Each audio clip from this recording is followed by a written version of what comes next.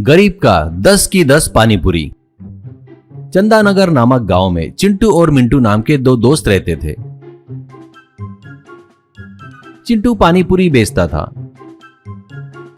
मिंटू एक ढाबे पे खाना बनाने का काम करता था। चिंटू बहुत अच्छा था, वो सबकी मदद करता था, उसका स्वभाव बहुत अच्छा था। लेकिन मिंटू लालची चोर टाइप का था। वो सबकी नजर से छुपाकर किचन का सामान चोर कर बाहर दुकान में बेचता था और उन पैसों से शराब पीता था। दोनों की बीवी बच्चे थे।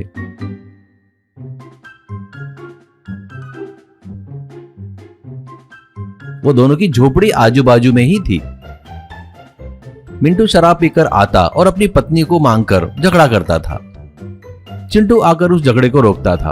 अरे चिंटू, क्यों रे ऐसे शराब पीकर अपनी पत्नी पर अत्याचार परेशान कर रहा है? प्लीज यार, पीना छोड़ दे, ये ठीक नहीं है, ये मेरी बात मान यार। ऐसा कहता है तो मिंटू पहले पीने के लिए 100 रुपए दे, पीने के बाद तू जो बोलेगा वो सुनूंगा करके पैसे लेता है और चिंटू जो बोलता था उसे नहीं सुनता था। एक दिन दोनों जंगल में सूखी लकड़ियां लेने के लिए निकलते हैं। वैसे लकड़ियां जमा करते वक्त उनको एक स्वामी जी तपस्या करते हुए दिखाई देते हैं। तभी एक सांप आकर उनको काटकर चला जाता है तो वो नीचे लुढ़क कर तड़पने लगते हैं। मुंह से झाग भी निकलता है।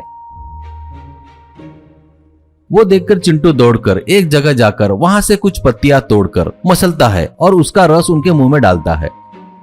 कुछ देर बाद स्वामी जी होश में आते हैं। स्वामी जी, बेटा, समय पर आकर मेरी जान बचाए तुमको धन्यवाद। तुम्हारी कुछ इच्छाएं है तो बताओ, मैं तुम्हें वर दूंगा। चिंटू, स्वामी जी, हमारे पास जो है हम उसमें खुश है, हमारी कोई इतनी बड़ी इच्छा नहीं है, ऐसा कहता है। मिंटू, ए तू रुक रे, क्यों झूठ बोल रहा है? ऐसा है स्वामी जी, इसकी बात पर यकीन मत करो। स्वामी जी, हम दोनों को बड़ी तकलीफें है, हमारी तकलीफें दूर हो जाए ऐसा कुछ वर दीजिए। स्वामी जी, मुझे समझ में आ गया है कि कौन झूठ बोल रहा है करके। वो अपना हाथ घुमाते ही 2 मटके आ जाते हैं। वो उन दोनों को देखकर, बेटा, इस दुनिया में कुछ नहीं मिला तो भी जी सकते हैं, पर खाना नहीं मिला तो नहीं जी सकते, इसलिए तुमको यह मायावी मटके दे रहा हूँ। इसकी मदद से तुम खाना प्राप्त करके अपने भूख मिटा लो, और हाँ, तुमसे होता है तो अपने आजू बाजू वाले के भूखे लोगों की भी भूख मिटाओ, ऐसा कहता है। दोनों उनको नमस्कार करते हैं।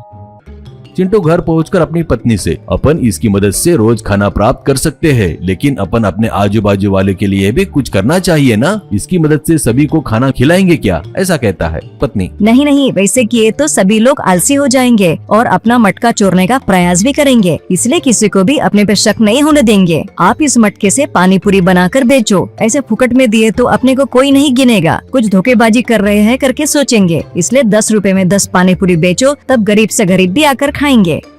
मिंटू अपने घर में वो मटका दिखाकर, क्या माइला, आज से अपने को जो भी चाहिए इसे प्राप्त करेंगे और खाएंगे, अब मुझे काम करने की जरूरत ही नहीं है। पत्नी, सिर्फ खाना खाए तो हो जाता है क्या? बाकी के खर्चे के लिए पैसे कहाँ से आएंगे? ऐसा कहती है। मिंटू, हाँ सच में, मुझे शराब के लिए पैसे चाहिए ना, इसलिए इसे गाड़ी पर रखकर इसमें से खाना मांग कर बेचूंगा, ऐसा कहता है। चिंटू उसकी गाड़ी पर 10 रुपए में 10 पानी पूरी करके बोर्ड लगाकर बेच रहा था। मटके में हाथ डालकर निकालकर पानी पूरी बेच रहा था। जिसके पास पैसे नहीं होते उसे फ्री में दे रहा था। ऐसे वो थोड़ा थोड़ा करके पैसे जमा करके एक अच्छा सा घर, बाइक खरीदता है। मिंटू अपने गाड़ी पर जो मांगता था वो उसे मटके से मांगकर देते हुए धंधा कर रहा था। ये देखकर लोगों को आश्चर्य हो रहा था। गांव के सब लोग उसी की चर्चा कर रहे थे। उसके पास पैसे बहुत आने लगे। वो उससे ज्यादा ही पीना शुरू कर दिया। कमाई सो पैसे बचाकर छुपा के रखने के बजाय अंधाधुंध खर्चा करने लगा। गरीब को भी फ्री में नहीं देता था। एक दिन उसके मटके के बारे में एक पहाड़ी के गुफा पर रह रहे गब्बर गैंग को पता चलता है। गब्बर, अरे सुनो रे, अपन इस गुफा में खाने बनाने के लिए कितनी तकलीफें उठा रहे हैं, तुम सबको पता है ना। वो मटका अपने पास होना चाहिए, उसके पास नहीं, ऐसा कहता है। वैसे गब्बर गैंग मिंटू पर हल्ला करके उसका मटका उठाकर ले जाते हैं। फिर मिंटू बहुत रोता है।